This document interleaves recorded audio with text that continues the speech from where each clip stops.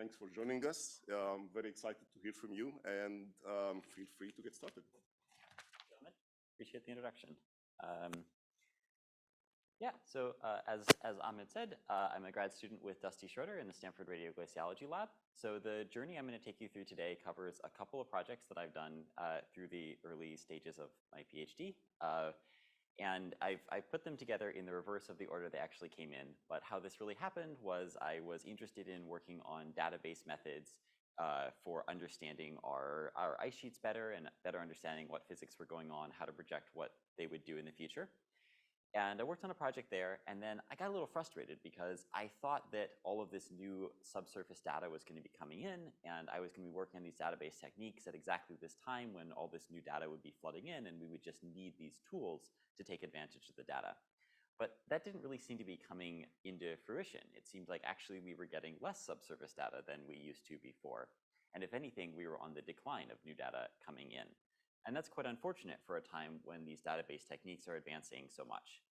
And so that kind of led me into this UAV project where we were thinking about how can we actually make this data collection process cheaper, logistically easier, more responsive so we can quickly deploy these sensors to the right places.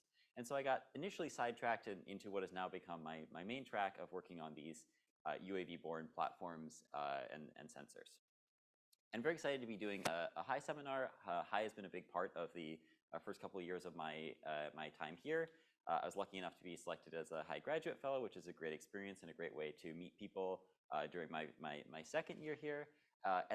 This work was also funded in part by a HI seed grant that my lab got to work on the physics-informed machine learning aspects of this, which was also a really great experience and gave me some cool chances to explore.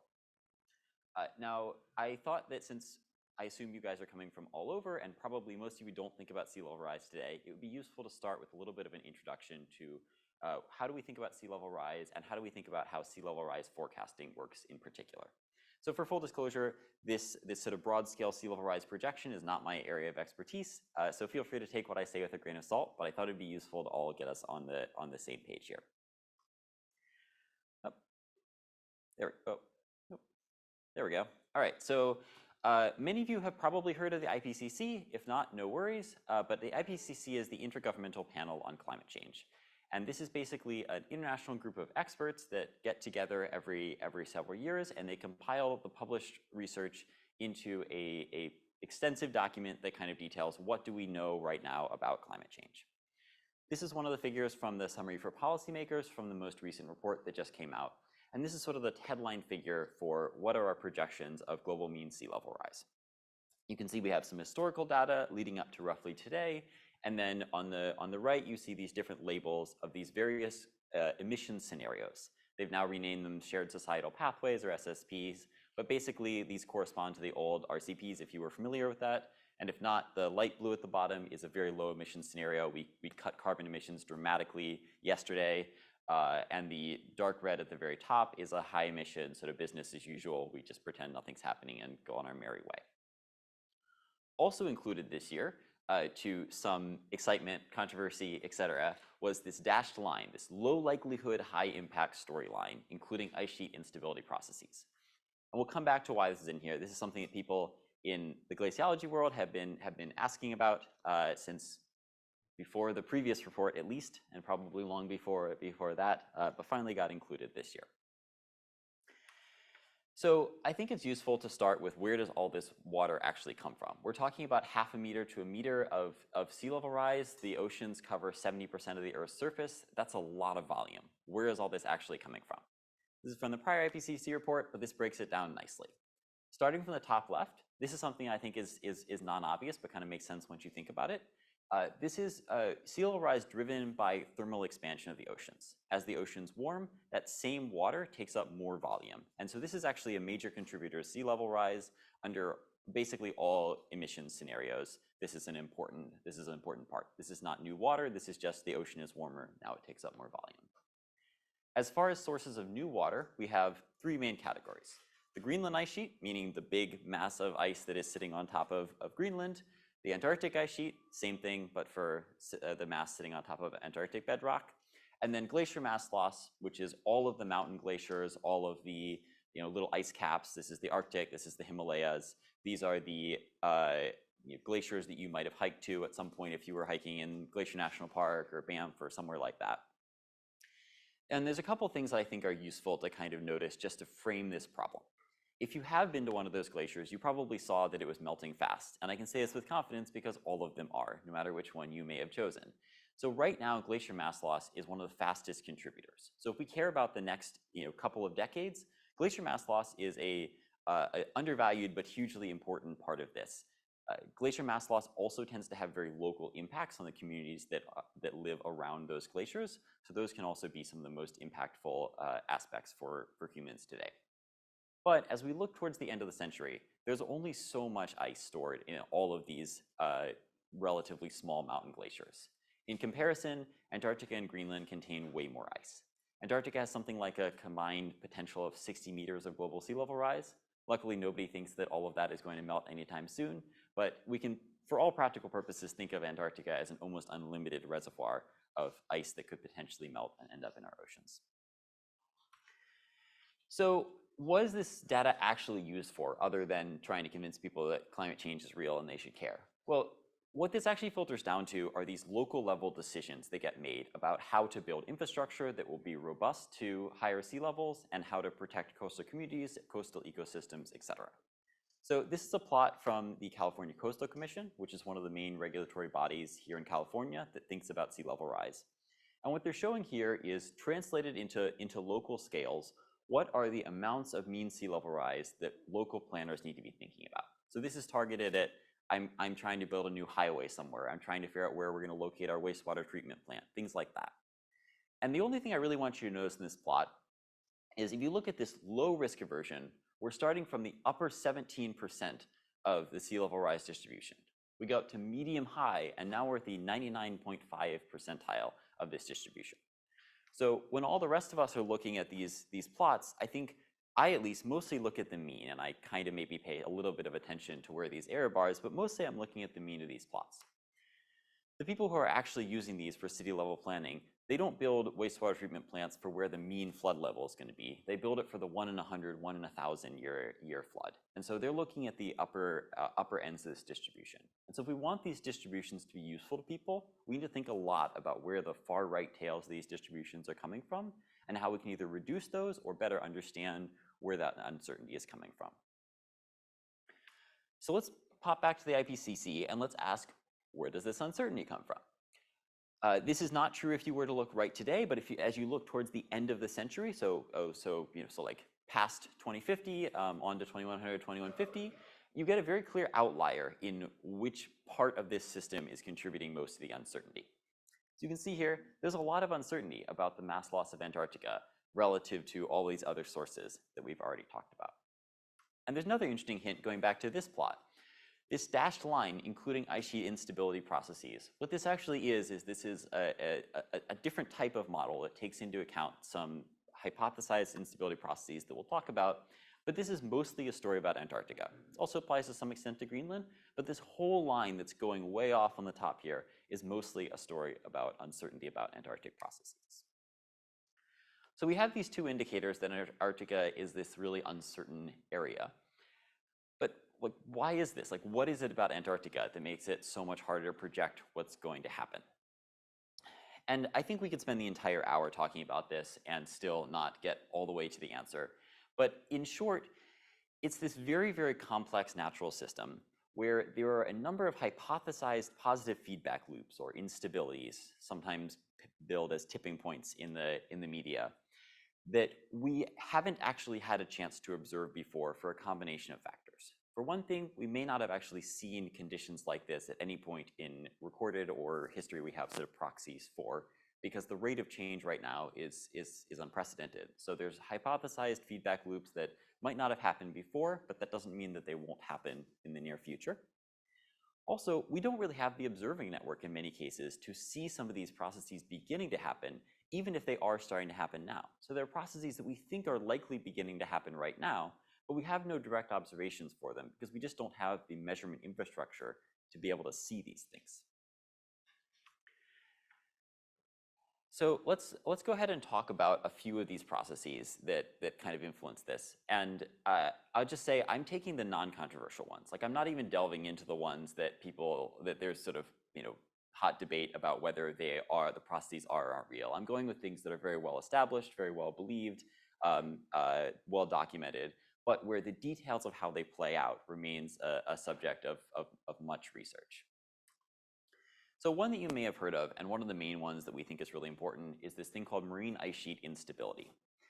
And the idea here, so if you look at Antarctica, most of it is marine terminating, meaning the glaciers are sitting on bedrock, but then they come all the way out to the ocean's edge. There's a part of the ice that flows out over the ocean, and that very end of the ice sheet is actually sitting on top, floating on the water. We call that part the ice shelf. Underneath this ice shelf, comparatively warm ocean water, driven in by currents, comes up against this interface with the ice. And this is most of how the melting in Antarctica happens. It's at this ice-ocean interface. This is a much larger contributor than the air-ice interface is.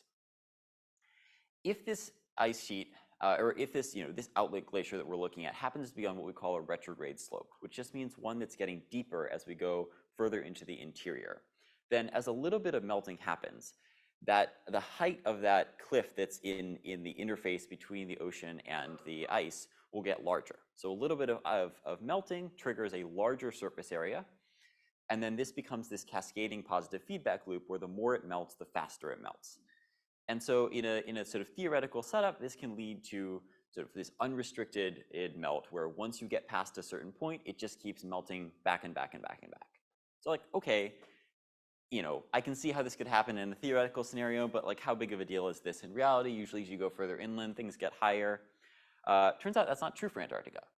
So this is the best map that we currently have of what the bedrock looks like under Antarctica. If you were to take away all the ice, this is what the bed would be.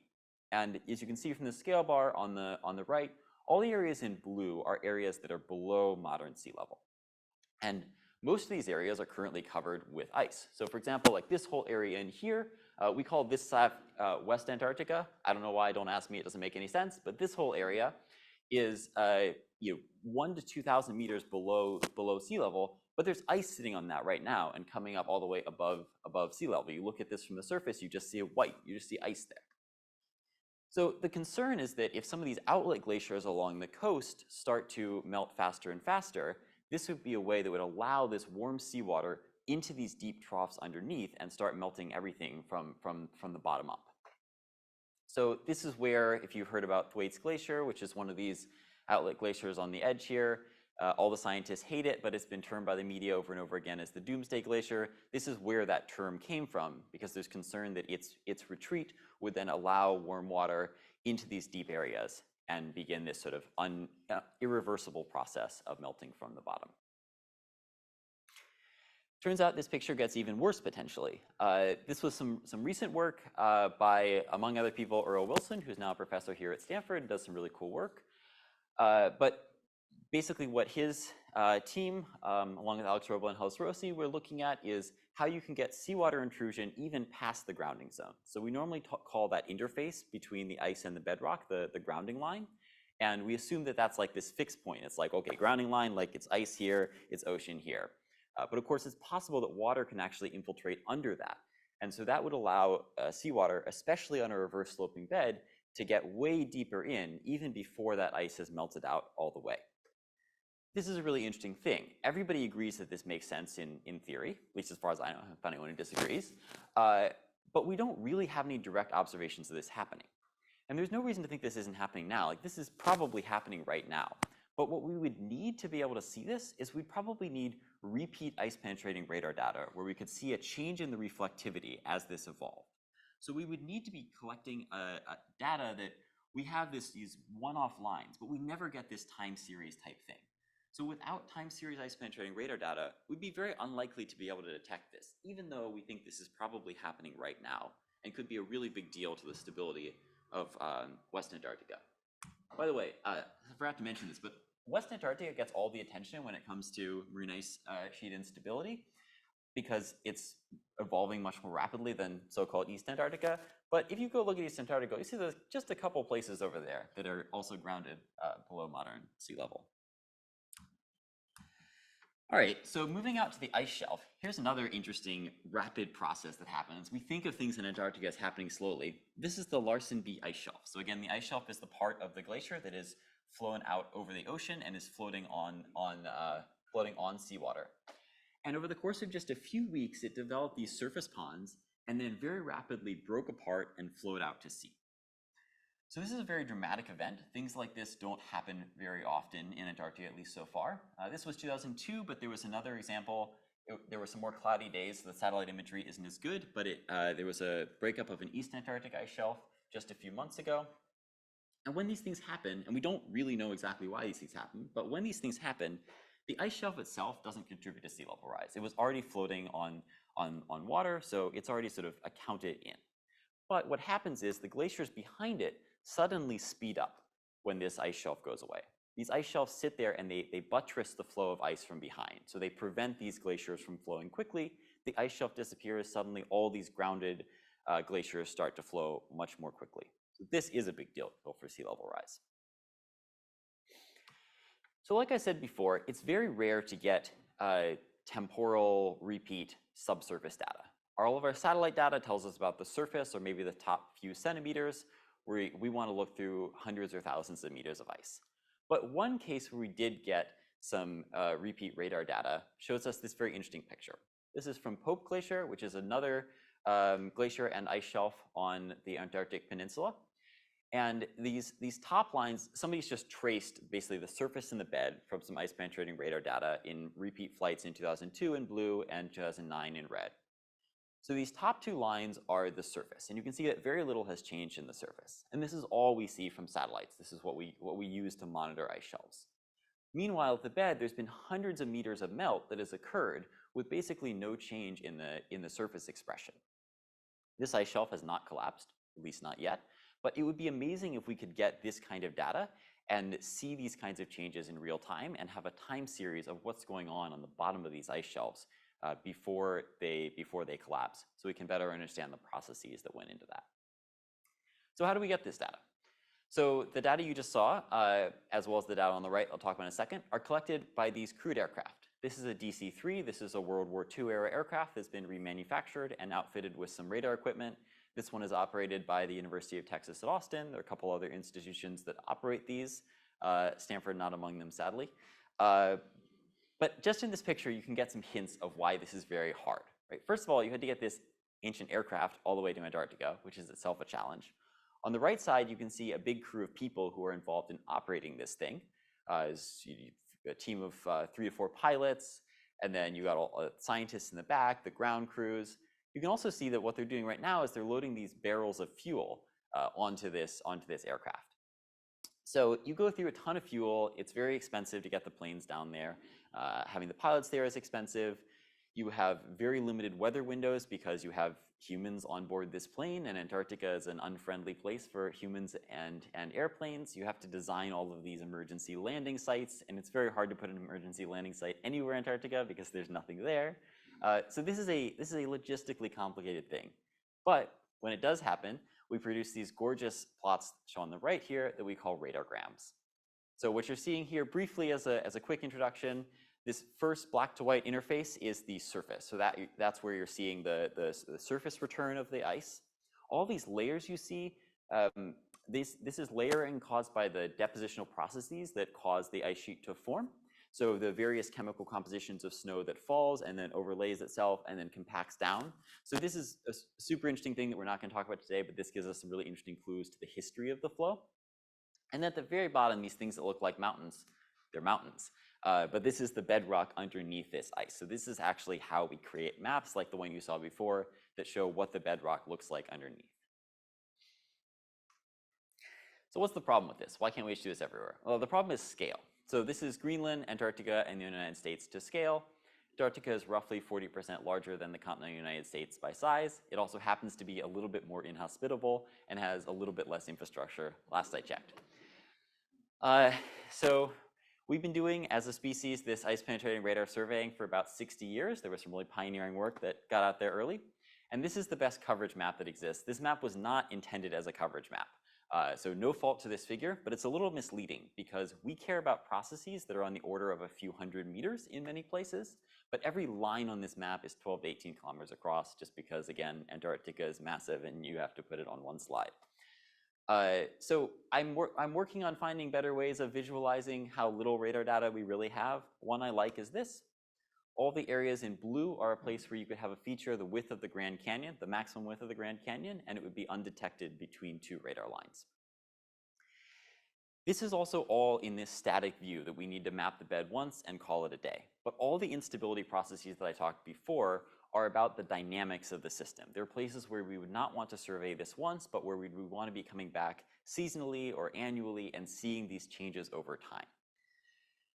So this makes it even worse. We can do some back of the envelope math here. I made some extremely generous assumptions about how many survey days you can get with a single aircraft. And then you can pick whether you care about all of the grounded ice or you want to only look at the ice shelves on the margin where some of these interesting processes are happening. Either way, we want to be looking towards these lower survey spacings. So we're talking about, tens of years to do this with one aircraft or hundreds of years with for grounded ice. But we've been talking not just, again, about spatial resolution, but about temporal resolution. So we should really replace the y-axis here and say this is the number of aircraft we need to be able to be doing this every year. This is not going to happen with the way we do things today. This is unbelievably expensive, and there's just not that much funding for this. So we need some different technology. I've already given away the answer with the title, so I won't bother doing too much there. But basically, we get to fixed-wing UAVs by process of elimination. We've already talked about why the crewed aircraft are expensive. They're great scientific instruments, but they're expensive. They're logistically complex. You can't rapidly deploy them to places, et cetera. It takes like a month to get one of these aircraft to Antarctica in the first place. Another option, Anna, one of my lab mates, is going down on Friday to Antarctica, beginning a long journey down to do some ground-based radar surveying. Put a person on a snowmobile, put some radar equipment behind them, they drag it around. The problem again here is scale, right? Like imagine trying to do this across the entire United States, it's 40% larger. Also, there's some places that you can't access because they're either really hard to get to or they're not safe to traverse. This is great for small scale science. This is not our ice sheet wide solution. There's also been some work on putting very small radar systems on quad and hexacopters. This is great. Again, this is super useful for mountain glaciers. And if we're talking about trying to get to ranges of hundreds of kilometers, this isn't happening with a hexacopter. You need something more efficient. All of this takes us to fixed wing aircraft. If you have other ideas, please feel free to ask. Yeah, so this took us to Peregrine. Peregrine is the platform for experimental radioecho geophysics and remote ice navigation and exploration. And you never need to remember what that means. My advisor just really likes backronyms and was very proud of himself for coming up with this. I was pretty impressed too. Took him like 10 seconds. But yeah, so Peregrine is a 2-meter wingspan fixed wing aircraft. I was going to bring the plane today, but I decided it might be a little much. But this is essentially a modified RC aircraft that we've stuck an autopilot in and built a radar system for. And we did this for 2 reasons.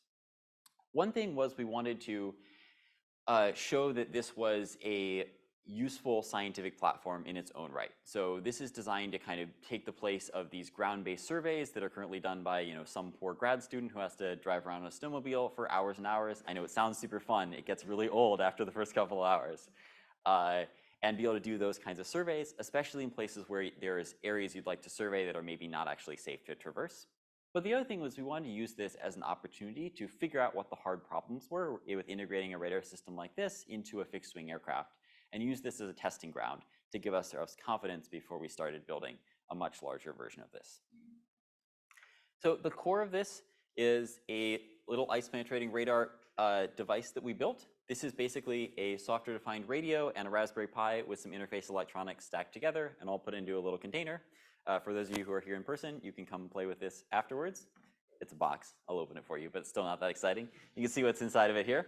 But the exciting thing is this weighs less than 400 grams. You have to add the antennas and whatnot to that afterwards, but the entire system, as it's equipped on the Peregrine aircraft you just saw, is under 1 kilogram with all the antennas and the wiring and amplifiers and whatnot. This is a very portable system. And because we built it on a software-defined radio, it's extremely flexibly configurable. You just write new software and you have a whole different experiment. The other big challenge turns out to be designing antennas that work here. And So you have to design an antenna that has enough bandwidth, that has the right form factor, that has the right directionality you want. And then on top of that, you also need to make sure that when you mount your antenna on the aircraft, you don't mess with the aerodynamics of the aircraft too much. And likewise, that the aircraft structure doesn't mess with the electromagnetic properties of the antenna too much. So both of these things turn out to be a challenge. It's required some modifications to the aircraft, and of course, these are totally custom designed antennas, so full from scratch design there. Happy to talk about that more, but I think that's maybe outside the scope of what we're talking about today. So we took this thing to Iceland as a testing ground. It's a lot easier to get to than Antarctica, it turns out. It is temperate ice, so it's very hard ice to see through, but we were able to get this radargram. What you're seeing here is this very top surface. This bright line at the top is the surface, similar to the prior radargram you saw. Iceland is really interesting because most ice caps, smaller scale mountain glaciers, don't have that layering you saw in Greenland and Antarctica because they move around too much. Iceland is this weird exception because you have these tephra layers that are formed by volcanic eruptions that deposit some material on the surface that then gets buried. So it's a different physical process, but it's analogous from a radar perspective. So those are the lines that you see going below it. And it's really hard to see in the projector, but there's a couple parabolic shapes down a little deeper. I don't know what they are. There are something.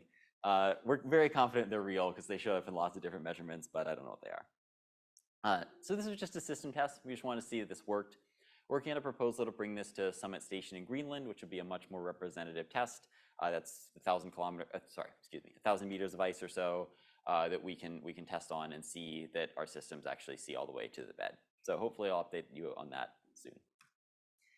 Like I mentioned, this is largely a small-scale testing platform for us, so we do believe that this will remain a useful scientific instrument, and we've already been fielding lots of requests from teams that want to take this out with them the next time they go somewhere, which is really exciting and exactly what I wanted to see. But we are also beginning work on Merlin, which does not yet have a backronym yet, so we might have to change it, but soliciting suggestions for that as well. We come up with the names first, obviously. But this will be a much larger scale platform. So we are trying to get to production scale surveying here. Not quite the same distances that crewed aircraft can follow so far, but in that same kind of class where we could do large scale surveys. The other thing that's going to be critical about this is this will be a vertical takeoff and landing aircraft, which means we can operate off of icebreakers and there's sort of ships that come in close to the ice. And this lets us get to some really critical areas, Thwaites included, that are very difficult to access for any system from conventional research stations. Okay, I claimed that we were going to talk about machine learning, and you probably assumed that based on the name of the Stanford High. So I promise we will. So we have been talking a lot about how we go get more data, and you might be wondering, what on earth are we actually going to do with all that data? Do we actually have models that actually need this data? Yes. Part of what we'll do with that data is we'll have lots of grad students pour over it and look at it and discover things, but I think there's a more profound answer when we look at some of the database techniques that we can apply here. So again, we have this map of the bedrock under Antarctica. How did we actually come up with this? You already saw that it was not by doing an extensive survey of every point in Antarctica. Turns out there's a few different techniques that get used here, but one of the main ones and one of the most important ones is in the fast-flowing areas, which tend to be the interesting areas on the edges of the continent. We use something called mass conservation interpolation that was pioneered by Matthew Morlingham. And the idea here is that we take some unit of ice and we say, well, there's some amount of mass flowing in and there's some amount of mass flowing out, and those things have to be equal, less any net accumulation, ablation, and melt. So maybe a little bit's melting out, maybe you have some new snow getting deposited on the surface, but once we count for those terms, mass is not created or destroyed. Because glacial ice is more or less incompressible, we can also assume that these are volume constraints. So volume in is equal to volume out, and these should match. So before we get into any of the math, and I promise there's very few equations here, but the intuitive way to think about this is if you know the velocity field, which you see the surface velocity field from satellites, and you know the ice thickness at one point, then if you were to trace along that flow line where that ice is flowing, if that ice is speeding up, you can assume that it is thinner there because the same amount of same volume of ice must be going through that area per time. If it gets slower, then you assume it's thicker because again, the same volume of ice has to be going through that point. We can encode this as a partial differential equation. Don't worry, none of the details of this are very important, but the divergence of the product of the ice thickness and the depth average velocity is equal to the apparent mass balance. Don't worry, you'll never have to think about the apparent mass balance again. The only thing that I want to point out here is that the critical term here is the depth average velocity. It's not the surface velocity, it's the average velocity through this whole ice column. Okay, so this is a technique, I already said it was pioneered by some other people a while ago. We have a map that was made using it. Why do we need a different technique here at all? Well, there's some challenges with the way we do this right now. One big one turns out to be inversion circularity issues. So the inversion that is done using a conventional PDE solver to come up with these maps uses the same input fields that everybody else wants to use when they do other inversions to understand the physics of the ice on top of this. And so one thing you see even in very recent papers doing very cool state-of-the-art inversions is they go back to this older BedMap2, which doesn't use any physics-based interpolation schemes. And we know this BedMap is just like worse, right? Like it has like missing features, but because it doesn't rely on these same input fields that they want to use, they get around reviewers complaining about circularity issues. So what we'd like is rather than not using physics-based inversions, we'd like to put that all together into a single inversion where we can manage the uncertainties together and avoid these circularity issues.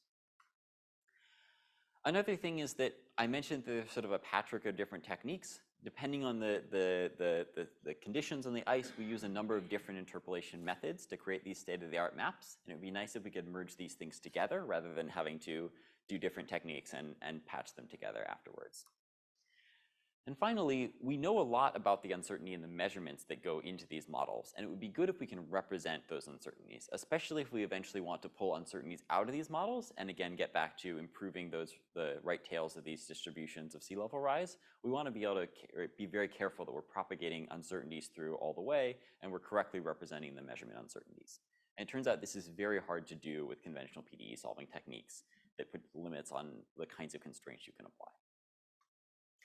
Okay, so we're going to talk a little bit about a physics-informed neural network approach here. If you haven't heard of physics-informed neural networks, that's totally fine. Just forget everything you know about neural networks, except for the fact that they are universal function approximators. This is not a cat or dog network. Just think of it as a universal function approximator. And physics-informed neural networks are not a technique that we came up with. They are an existing technique from the literature. We're just applying them to this problem, to be perfectly clear. So we want to send some spatial coordinates, x and y. I want to know about this position, and our network is going to tell us the ice thickness there. So that's all. This is going to be a function approximator that goes from spatial position to ice thickness. Because this is a neural network and everything is differentiable, we can take the derivative of this network and we can get the exact spatial derivatives of this network with respect to the input coordinates. So this is not a numerical approximation to this by taking 2 points and looking at the difference. This is the actual exact derivative of the network because every operation in this network is differentiable. Turns out that we can rewrite our partial differential equation in the dimensions of our problem as an equation in terms of these partial derivatives. And so all these partial derivatives we get out of our network are the pieces that we need to plug into this. Now, we don't have any way of saying that this equation has to be exactly equal to 0 by the structure of the network, but what we can do is we can see how close we are to matching it. So we can basically come up with a residual term that tells us how close at one given point we are to following our conservation of mass constraint. And we can relate that residual to the input uncertainty. So for example, here the clearest relation is that residual should probably be less than the uncertainty in your measurement of the apparent mass balance. We combine that with a standard data fit term. This is a regular old mean squared error on the places where you do have data. And now we have this physics-informed neural network where we are training this on a combination of thickness data that we have from radar, and then this physics-based term that enforces this conservation of mass principle. It's a little interesting to look at how these are trained in this context. So this black square is the domain of the model that we're going to care about. Could be any shape, but squares are easy to draw. And then typically the way we get this radar data is most of these flight lines are straight lines. So we have these straight lines bisecting. Could be at some path, it doesn't really matter. But the point is we have these lines that go through our domain where we have very dense data along these points, but then we have no data anywhere else between them. We obviously want our physics to apply throughout the entire model domain, not just on these radar lines. So we're going to train our data fit part on the places where we have data, and then we're going to sample a whole bunch of random points throughout this domain, and that's where we'll train the physics part of this. The important thing here is to note that you can evaluate this physics-based loss function at any point in the domain, even without having any data. This is purely a function of the outputs of the neural network. There's no data that supervises this. It's just a mathematical relationship of the partial derivatives that you get out of the network. So let's look at some results from this. We applied this to a section of Byrd Glacier, which is in Antarctica and drains onto the Ross Sea. So the most critical input field we have, well, the second most critical after the radar data, is the surface velocity. So this is just surface velocity you see. And as a byproduct of this network, when we do this, part of what we're estimating is also the depth average velocity, which is not going to be exactly identical to the surface velocity. Conventionally, because of the limitations of normal PDE solvers, it's a little hard to read on the projector, what we do is we apply symmetric bounds on Vx and Vy, and we say, well, they have to be within some bounds of the surface velocity, or else they're not feasible. So with our technique, we get something like this. And then if you look at the comparison between the surface and the depth average velocity, you see this thing that kind of doesn't really seem right. There's a couple things that are weird here. One is you have these sharp transitions in the difference between the surface and the depth average velocity. And there's not really any reason to expect that you'd see a sharp transition in the depth average velocity in a place where you don't see a sharp transition in the surface velocity. You would expect the derivatives of these to be about the same. The other thing is, if you think about how ice actually flows, what's happening is the layers on top are being carried along by everything below it. And most of the resistance to drag is coming from the bed, where there's this friction at the interface with the bedrock. So the typical velocity profile that you'll see in like any glaciology textbook looks something like this, where the top of the ice is moving fastest, most of the ice column is moving at about the same speed, and then that slows down as you get to the bed. So there's a couple things that we can say.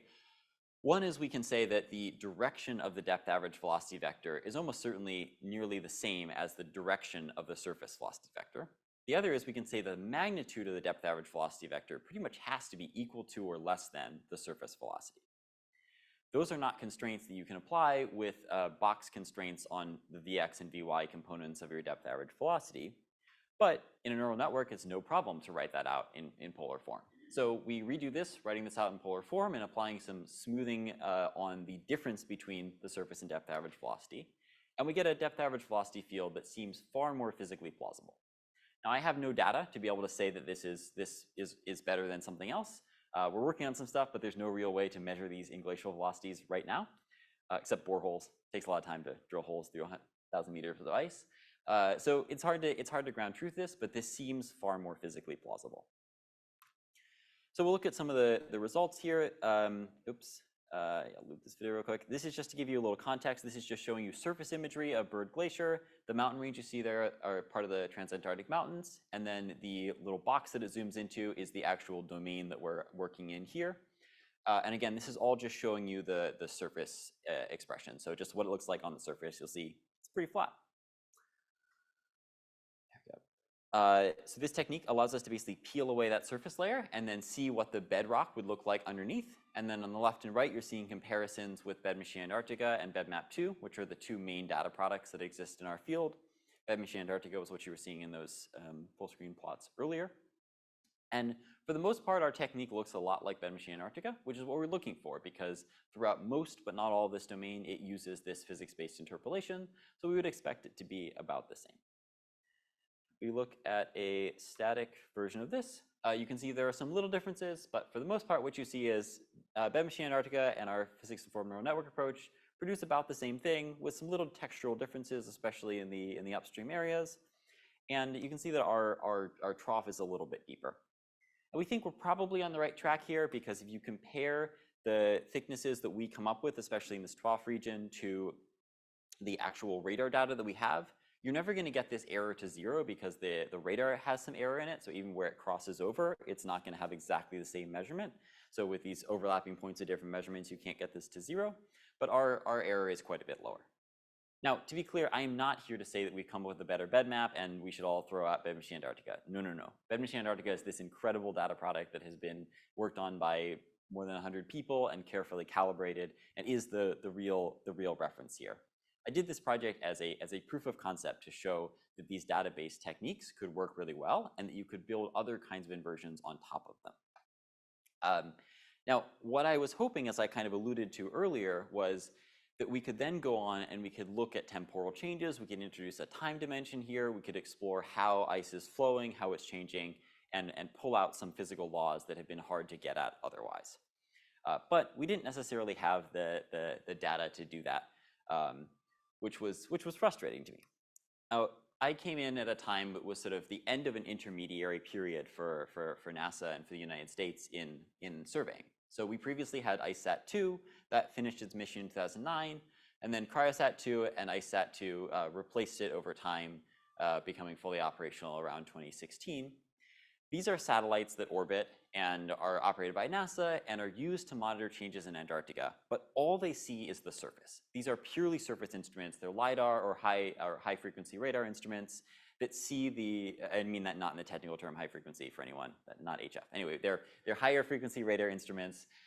They're looking only at the first few centimeters of the ice. And these are super important measurements to have, don't get me wrong, absolutely.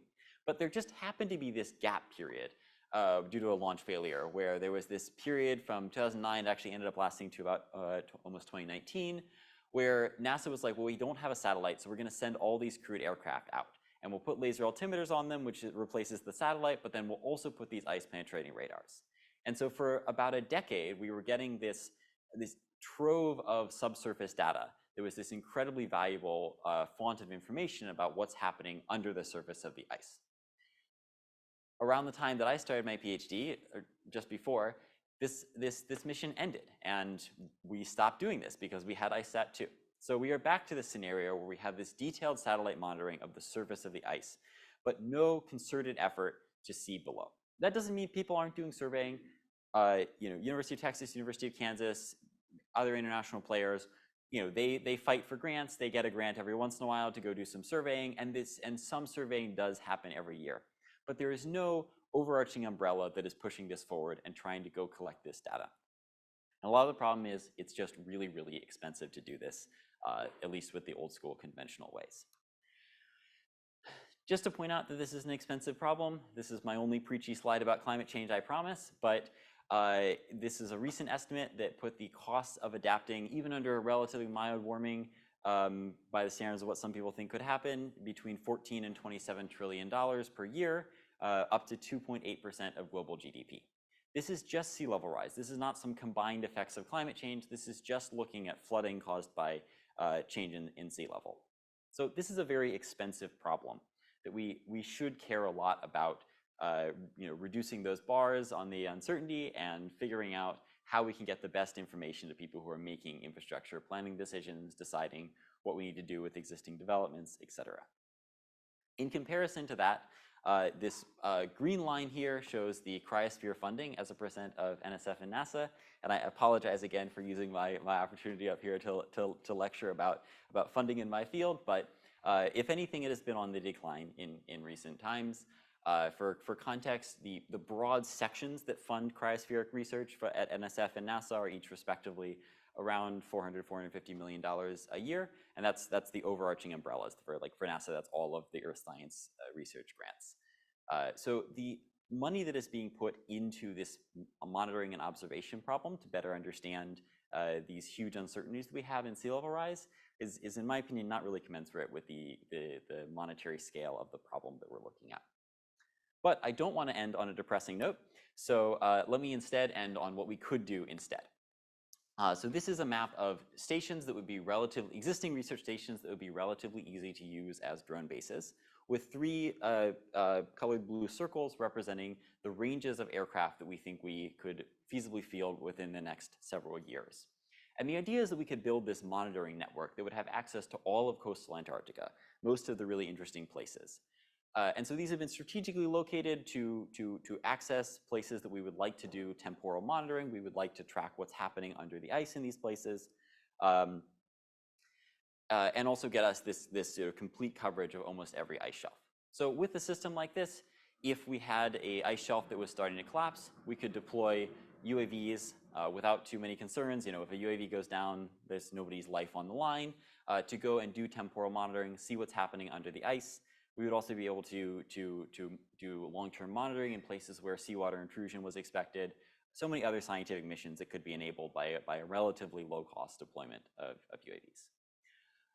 Yeah, so that's all I've got. I try to occasionally tweet photos of drones and testing in cool places, so feel free to follow me, and I'm happy to take whatever questions you have, and those of you here in person can come play with this. Thank you, everyone. Thank you so much, Thomas.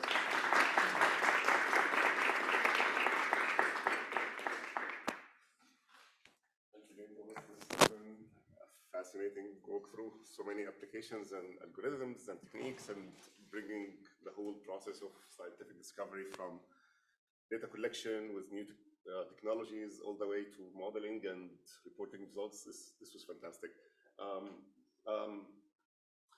So I want to start with the questions, but while we get some of the questions on the virtual Zoom, if anybody has a question in the room, please feel free to come to the mic, which is right there, so that we can hear you on the side there. While you get there, we'll have one question from the Zoom audience. Are there ways to measure flow or volume of water below the ice? So we're going even beyond subsurface, being displaced as it melts. It's really hard. I mean, there are, the only direct way of doing it is to drill a borehole through the ice. This is incredibly expensive, logistically complicated, and most of the area is not really safe because you can't really put people on top of the ice in those places. There is, I mean, again, I'm biased towards radar. There are proxy efforts where if you're able to see changes in reflectivity, you can make assessments about the nature of the water that is down there. But direct measurements of the amount of flow, the only place we really get them is in Greenland. There are outlet streams that we can measure that are now surface streams. We know they're coming from melt from under the ice sheet, and so we can measure flow there. But it's a hard thing to get direct measurements of. Perfect, thanks. Would you like to go? I was just going to ask, if you were to get like temporal data on like the changing and melting of ice sheets over time, what kind of innovations in the way you analyze that data do you think you'd have to make to be able to like manage it?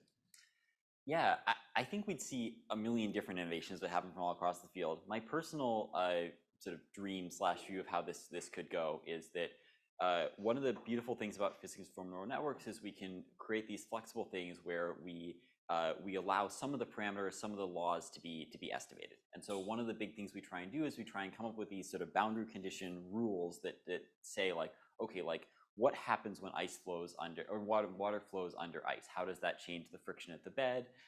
You know, how does that change the pressure?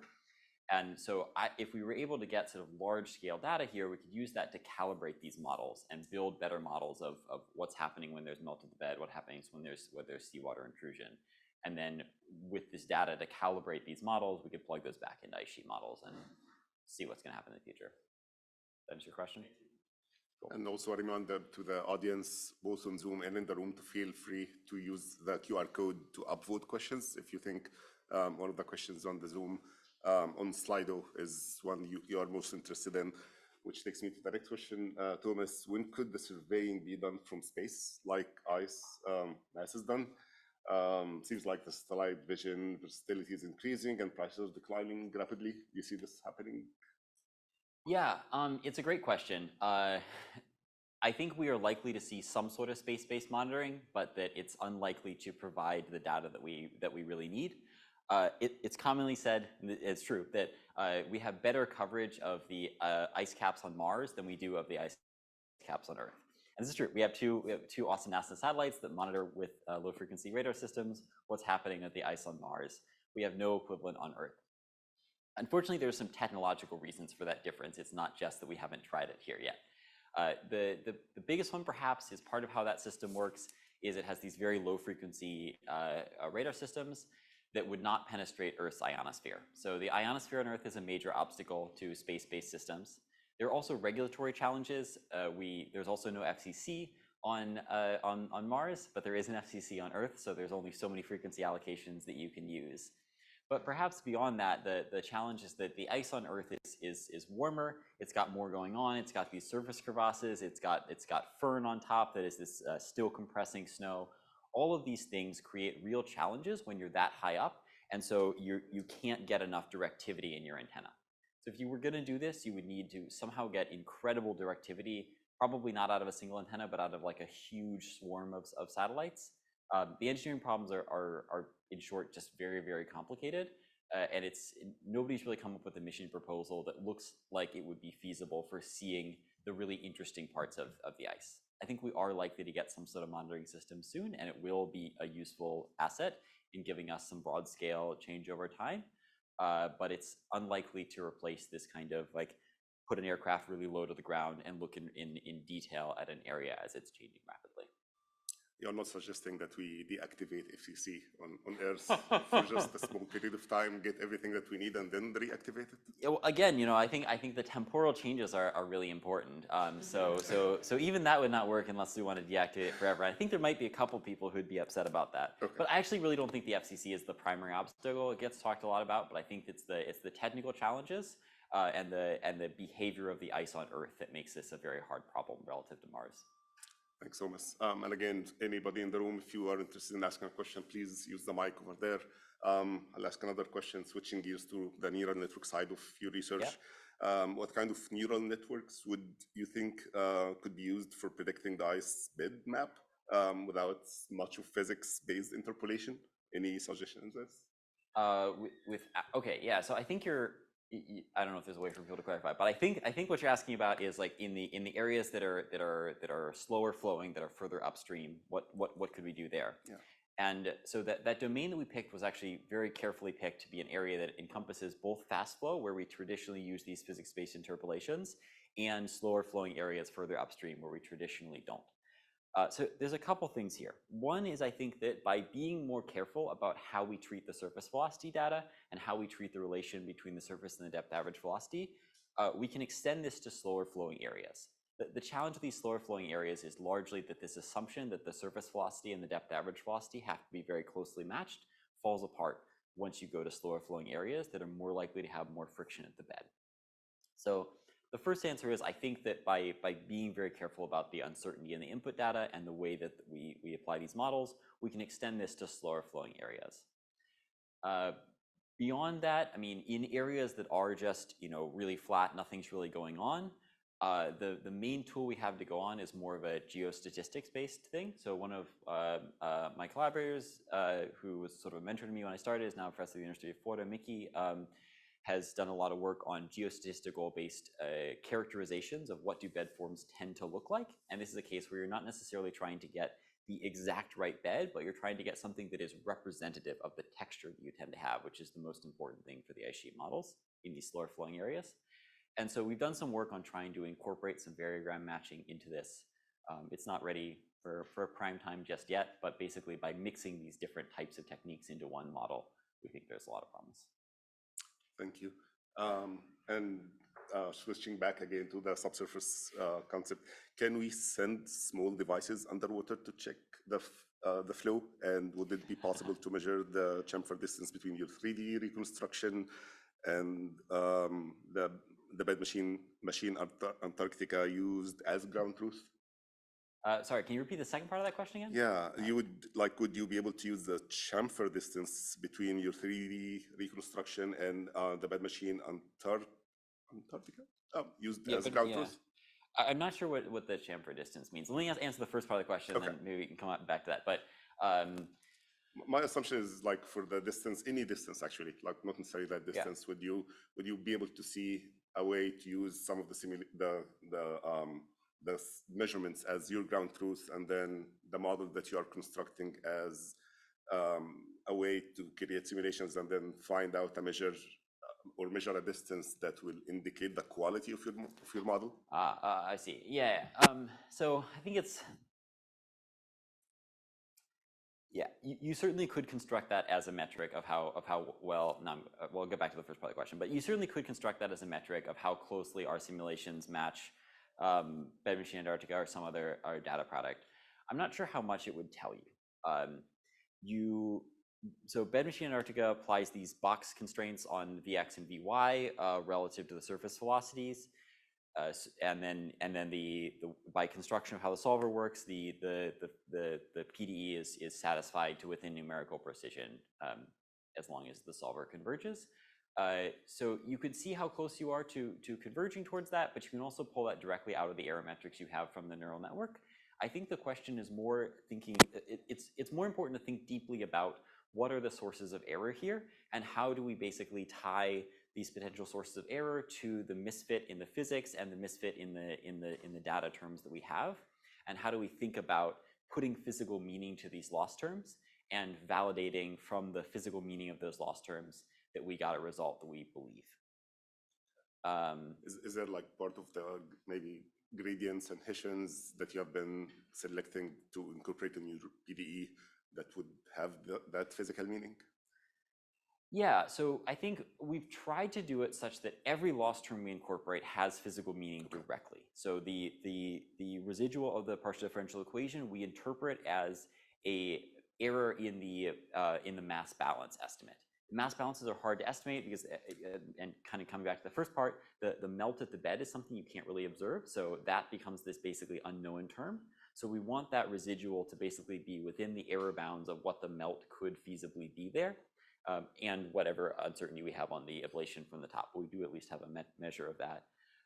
For example, something I didn't mention, but with the angle of the velocity, there is some uncertainty in the angle from the surface measurements as well. And so we look for that residual to be within the distribution of the uncertainty of the surface measurements there. So I think we've actually tried to make every single loss term have a direct physical meaning. And we can't, of course, guarantee that our network converges to within some tolerance. But we can look at the results and we can say, all right, we would expect each of these loss terms to be within some bounds for us to accept that this is a good result. Thank you. Yeah. Say more about how you're able to evaluate the model in parts of the domain where you have no data? And I think similarly, you mentioned kind of that the original results, the kind of like heat map that you showed looked very odd, and then your results kind of made much more sense physically. Is that something that you can put into like a loss term, or is that just sort of eyeballing it and saying that this looks better than the other? Yeah. Okay, so for the first part of your question, the physics-based term is purely defined by the outputs of the network and the residuals of the and the derivatives of those outputs with respect to the input variables. So it's fully supervised just by its own output. So that term is enforcing a relationship among the outputs, not a match to data. So that's how we're able to do that in places where there is no data. Something I took off the slide to try to simplify it, but maybe this would help it make a little more sense, is that the network is actually predicting three things. It's predicting the thickness, it's predicting an x component of the depth average velocity, and it's predicting a y component of the depth average velocity. And so it's not just the spatial derivatives of the surface velocity, of the thickness that you need, rather, you also need the spatial derivatives of the velocity field that it's predicting, and it's predicting all these things simultaneously. And so by putting together the various partial derivatives of those three output variables, you can get this residual function. And you're gonna have to remind me what the second part of your question was. Oh, the two different heat maps you showed where Yes, one looked right, less physical right, possible than the other, yeah. Yeah, so the answer is sort of, and this kind of belies the last thing I said, but we did introduce a smoothing term that doesn't necessarily directly have a physical meaning, but we think has a physical basis, where we basically penalized roughness in the difference between the surface and the depth average velocity. So if there's a rapid transition, then that's fine. If you see a rapid transition in the surface velocity, then there's no penalty for that existing in the depth average velocity. But if you just invented a rapid transition in the depth average velocity, so that's a term that it's hard to give a direct physical meaning. It doesn't correspond to some direct measurement or uncertainty. But those kinds of terms, in my view, we don't use like a standard, just like R-squared smoothing loss that everybody else does use. And in my view, a smoothing term like that is much more physically justified, because at least it comes from some physical principle. There's no physical principle that says the bed should be smooth. Thank you, Jake, and thank you, Thomas. I think that's all the time we have, so apologies for some of the questions that we didn't get to. Please feel free to reach out to Thomas directly for any follow-up questions. And Thanks everybody for the thoughtful questions, both from the room and our Solido tool. A quick reminder to please, we hope to see you next week. We will have Dan Ho and Jacob Golden, who are both professors in the law school, presenting on modern, efficient, and equitable tax systems using AI. Interesting to see if that will work and what you guys will think about it. So please join us next week. Thanks again, Thomas. One last round of applause. Thank you, Alan.